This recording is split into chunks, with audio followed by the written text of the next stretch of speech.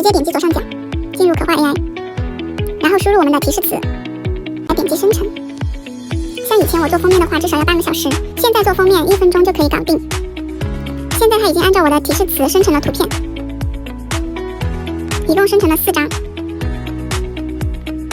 接下来我们保存一张我们喜欢的，直接下载。我们打开信，直接导入我们刚刚生成的照片，然后生成文字，选择手写体，我随便选择一个字体吧，选择一个免费的字体。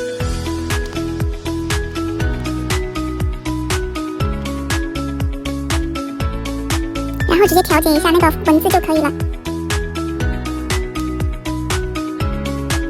可以换一个样式，然后直接导出。我们的封面就已经制作完成了。今天的教学到此结束。